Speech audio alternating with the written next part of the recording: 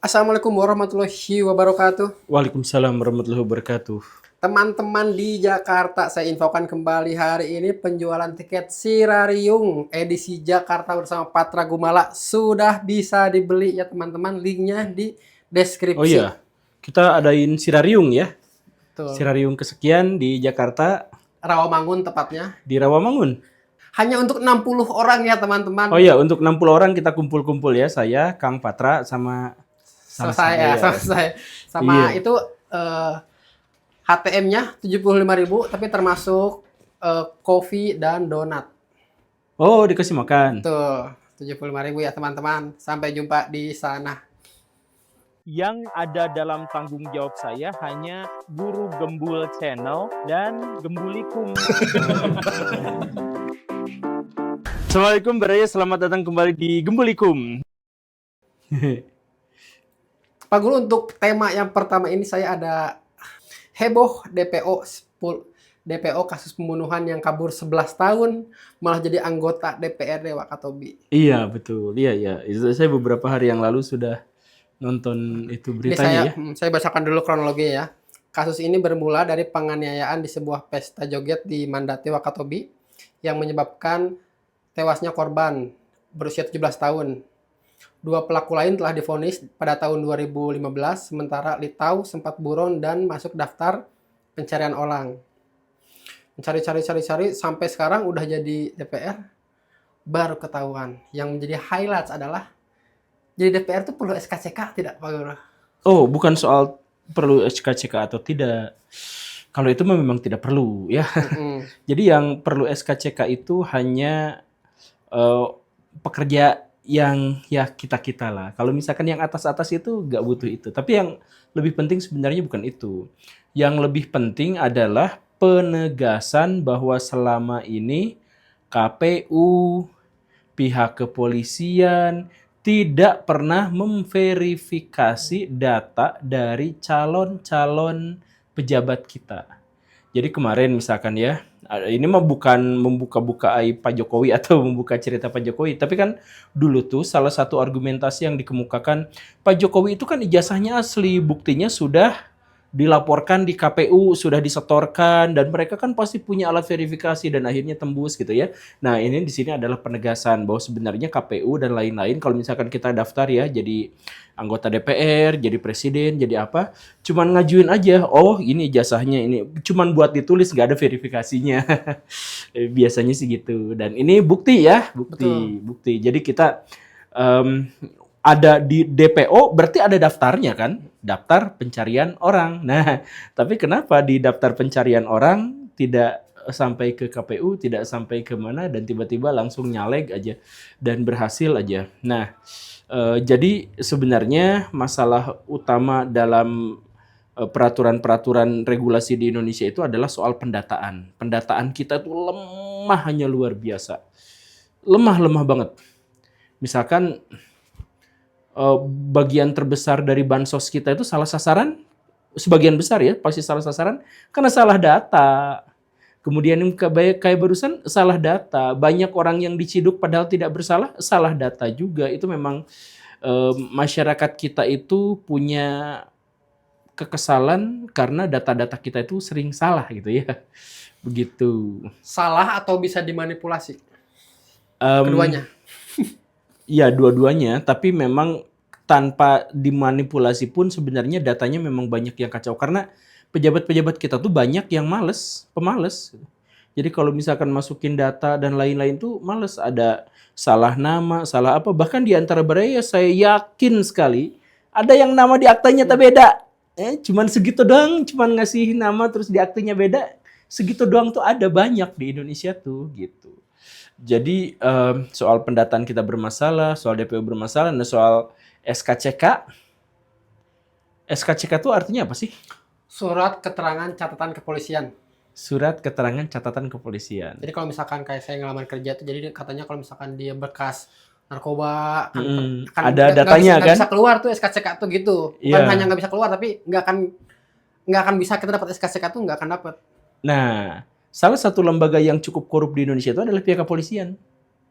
Nah, kalau misalkan kita mau menunjukkan surat tanda kelakuan baik bahwa kita orang baik, tidak ada masalah, tapi surat yang dimaksud itu keluar dari lembaga yang sangat tidak jujur dan sangat bermasalah, ya apa yang harus diharapkan Baraya. Jadi begitulah. Tapi alhamdulillah kasus ini terbongkar, alhamdulillah kasus ini muncul ke permukaan sehingga kita semua akhirnya tahu. Jadi setiap Baraya menemukan kabar-kabar buruk di internet tentang betapa buruknya pengelolaan pemerintahan kita, betapa buruknya regulasi kita, betapa jeleknya eksekusi dari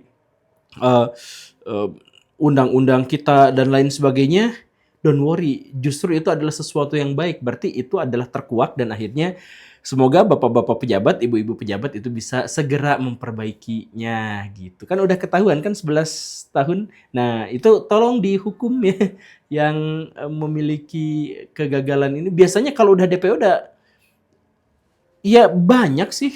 Atau setahu saya ya ada 2 level gitu. Kalau misalkan kita mau menangkap orang tuh ada DPO, jadi dia hanya daftar aja. Tapi dia nggak dicari, hanya daftar aja. Sedangkan ada target operasi. Nah, ketika dia udah naik levelnya ke target operasi, baru dicari. Oh, koreksi kalau salah ya, teman-teman. Ari orang yang ngebunuh itu diantepin aja atau harus dicari? Aduh, itu juga. Oh, sama ini. Tapi di konteks yang DPR ini, berarti kan dia ketahuan tuh. Meskipun terlambat, tapi ketahuan. Yang perlu diapresiasi dari ketahuan ini siapa? Apakah polisi kita harus dapat apresiasi dari ini atau udah itu tugasmu gitu loh? Ya, bukan dapat apresiasi, justru sebaliknya itu 11 tahun kemana aja. Kebalik seharusnya. Jadi kalau misalkan ada pengungkapan, tapi pengungkapannya itu terlambat banget, ya itu sebenarnya bukan apresiasi. Itu sebenarnya adalah harus kita koreksi, harus kita kritisi, harus kita kawal. Ini kasus-kasus yang semacam ini tuh jangan sampai terulang lagi. Kalau misalkan ada DPO kemudian bersantui-santui selama 11 tahun dan tidak terganggu apa-apa, baik-baik saja, bahkan nyalonin diri jadi anggota DPR dan terpilih.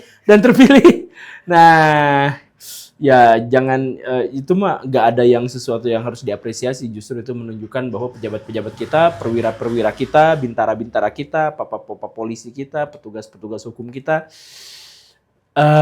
masih sangat terbatas dalam pelayanannya terhadap masyarakat dan terhadap negara gitu. Tapi di beberapa video yang lewat potongan-potongan yang tentang kondisi Indonesia saat ini, terlebih soal DPR, ada potongan video dari statementnya Panji Pak Guru yang mengatakan bahwa DPR yang sekarang itu tuh mencerminkan seluruh rakyatnya gitu. Dia bisa di sana itu karena rakyatnya milih dia gitu. Karena kalau misalnya lu sebel ngeliat DPR kayak gitu tuh, itu tuh rata-rata bangsa Indonesia. Kalau lu mau naikin kualitas DPR-nya, naikin rata-rata bangsa Indonesia ya dong. Kitanya sama-sama lebih pintar, sehingga kalau di rata-rata jadinya DPR. Kalau lu ngeliat di DPR, masa DPR ada yang tidur ketika kerja? Lah, kita juga masih banyak yang tidur ketika kerja. Iya benar. Masa di DPR ada yang nitip absen atau main game? Lah kita juga kayak gitu. DPR adalah gambaran rata-rata rakyat Indonesia. Jadi kalau kita pengen DPR-nya lebih baik, rakyatnya harus lebih baik. Kalau kita kesel ngeliat semua bendera-bendera itu adalah rata-rata rakyat Indonesia masih kemakan kayak gitu-gitu. Dia mah coblos yang dia inget aja banyak. Pertama, sudah sering saya bilang, pejabat yang berkuasa di Indonesia sekarang itu bukan pejabat yang kita pilih. Baraya pernah nyoblos DPR kan? Pernah. Kenal nggak orang yang Baraya coblos? Enggak. Baraya cuma dipaksa untuk nyoblos. Bener kan? Datang ke TPS, kita nggak tahu ini siapa aja nggak kenal lah. Pilih aja partainya, cerot gitu ya, partainya misalkan. Nah, kalau partainya yang dicolok aja, berarti itu jatahnya buat nomor 1. Nomor 1 kita nggak kenal sama sekali Baraya. Bahkan pada level yang lebih ekstrim. Pemerintah kita gitu. Kan kita nggak kenal pemerintah kita. Pemerintah kita, presiden kita misalkan ya, wakil presiden kita, itu bukan presiden yang kita pilih. Tapi itu adalah usulan elit politik, emak-emak dan bapak-bapak pemilik partai politik yang punya petugas-petugas partai, kemudian dipaksakan itu untuk kita coblos. Sok seandainya ya kita diberikan kebebasan sebebas-bebasnya gitu. Mau nyoblos siapa aja kita tulis aja nama di situ gitu. Saya yakin nggak akan Pak Prabowo yang menang. Bebas gitu, sok aja tanpa ada pilihan satu di antara 3 itu gitu. Saya yakin enggak. Itu mah bukan pilihan rakyat. Rakyat dipaksa. secara sistematis, sistemik untuk memilih orang yang diajukan oleh elit politik. Itu argumentasi saya yang pertama. Partai politik Gerindra. Target perolehan suara kami di Jawa Barat adalah sekian persen. Ya berarti mereka menargetin kita, mereka merekayasa gimana caranya supaya kita nyoblos mereka. Oh iya, iya. Iya kan, mereka target sekian persen suara. Berarti mereka yang merekayasa kita kan? Ya udah gitu, ngapain juga dipikir-pikir bahwa kita yang nyoblos mereka? Enggak, kita tuh nggak ngerti, nggak kenal sama mereka. Argumentasi yang pertama. Kemudian cek argumentasi saya yang kedua, yaitu buka data profesi dari masing-masing anggota DPR, anggota Dewan. Misalkan gini ya, rakyat Indonesia tuh yang jadi pengusaha tuh sekitar 2%. Sedikit ya. Dikit. Tebak, anggota DPR yang pengusaha berapa persen? Anggotanya? Iya, 59%. Set. 59%. Ya 60 lah, 60. Ya 60% lah ya. Nah, kalau memang benar-benar bahwa DPR itu adalah perwakilan rakyat, profesinya tuh minimal tuh mirip gitu. Pengusaha 2%, mungkin anggota DPR juga 2% juga. Petani di Indonesia tuh sekitar 25-30%-an petani di Indonesia. Nah, anggota DPR yang dari petani itu ya sekitar segitu juga. Kalau memang dianggap representasi dari rakyat. Tapi kan tidak. Petani 0%. Politisi di Indonesia berapa persen? Pasti di bawah 2% tentu. 0,0 sekian persen politikus di Indonesia tuh. Di DPR yang jadi politikus, yang profesinya adalah politikus DPR itu sekitar 15%. Yang anak atau keluarga dari politikus, berapa persen di Indonesia? Di DPR itu 7%. Nah, jadi itu sama sekali tidak merepresentasi. DPR itu nggak merepresentasikan rakyat kalau misalkan dilihat dari pekerjaan. Terus kalau dilihat dari jenis kelamin misalkan. Jenis kelamin sekitar 52% penduduk Indonesia tuh Laki-laki. cewek. Cewek. Kalau usia produktif lebih banyak cowok. Tapi cowok tuh lebih cepat mati. Nah, jadi usia umur ya 60, 70, 50, 60, 70 tuh jadi cewek yang lebih banyak. Oh, soalnya terakhir kali saya melihat presentasi perempuan di 2013 tuh masih 51% tuh laki-laki. Berarti 12 Di usia tahun. produktif. Oh, di usia produktif. Enggak, sepanjang Indonesia berdiri kayaknya cewek itu selalu lebih banyak daripada ini. Tapi lihat. Nah, coba kalau misalkan dilihat dari situ aja. Nah, sedangkan di DPR yang perempuan itu berapa persen? Nggak sampai 40%. Nggak sampai. 30 itu juga karena ada peraturan bahwa minimal 30% calegnya itu adalah perempuan, misalkan yang seperti itu. Itu juga. Cuma terus dilihat dari apa lagi? Dilihat dari status kekayaan, nah, misalkan ya, persentase kekayaan. Itu kan 50% rakyat Indonesia itu miskin. Nah, 100% anggota DPR kaya. Nah, perwakilan fakir miskinnya mana? Jadi dilihat dari profesi, dari gender, dari status kemiskinan, terus dari apa lagi sok hitung. Dari apapun itu gak ada yang cocok. Gak ada yang pas. Dengan dengan anggota DPR, jadi persentasenya tuh nggak cocok, nggak nyambung. Jadi itu coba masa kalau dengan pernyataan seperti itu disebut ya DPR itu kan juga adalah gara-gara kita, ini perwakilan dari kita. Enggak. Itu adalah perwakilan dari orang-orang yang memiliki kepentingan dan memiliki akses terhadap kekuasaan. Kita mah nggak punya, Baraya. Begitu. Berarti kalau misalkan ditarik mundur berarti kalau misalkan kita seolah-olah demokrasi memilih bebas, tapi pada akhirnya kita hanya disodorkan beberapa orang, berarti masalahnya itu bisa dari kaderisasi aja nggak? Atau emang ketidakbebasan orang untuk berpolitik? Atau ada halangan-halangan orang masuk ke politik? Kayak kan banyak juga itu yang nge-mention bahwa kayaknya kalau misalkan guru gembul atau siapapun, kan banyak kan orang-orang yang sering di luar tuh, kayaknya kalau misalkan dia masuk ke pemerintahan, lebih baik deh. Nah, berarti masalahnya itu di kaderisasi dong. Partai politik itu biang masalah dari politik di Indonesia. Jadi masuk jadi kader harus bayar gede. Kemudian nanti setelah masuk itu visi misi tidak boleh sesuai keinginan kita, tapi sesuai keinginan partai politik. Misalkan saya punya idealisme yang sangat tinggi. Terus saya mau nyalon. Wah, nyalon wajib pakai partai politik. Oke lah, saya milih partai politik. Mana ya? Saya gabung lah, PDIP. Nah, saya gabung ke PDIP, ya, PDIP. Berapa maharnya? Oh gratis, kami tidak bayar. Ya anggaplah gitu ya. Sebenarnya pasti bayar. Tapi oh gratis, kita nggak bayar kok. Cuman nanti gaji, tunjangan, dan pemasukan dari DPR itu 50%-nya buat kita ya. Oke lah, oke. Misalkan gitu ya. Badak juga. Wajar segitu mah, wajar. Oke. Kan partai politik juga butuh makan kan. Nah, oke, dari situ. Nah, setelah saya masuk ke situ, kemudian terpilih. Pilih saya dari PDIP. Nah, naikkan suara PDIP, menangkan saya. Nah, itu pengikut saya atau subbreaker saya yang 1.600.000 sekian itu kan bakal milih saya. Saya dapat suara misalkan 1,6 juta. Nah, setelah saya jadi DPR di situ, saya ngikutin ke aspirasi dari rakyat yang memilih saya tidak. Saya justru berhikmat kepada Ibu Megawati. Nah, gitu galaunya politik di Indonesia tuh gitu.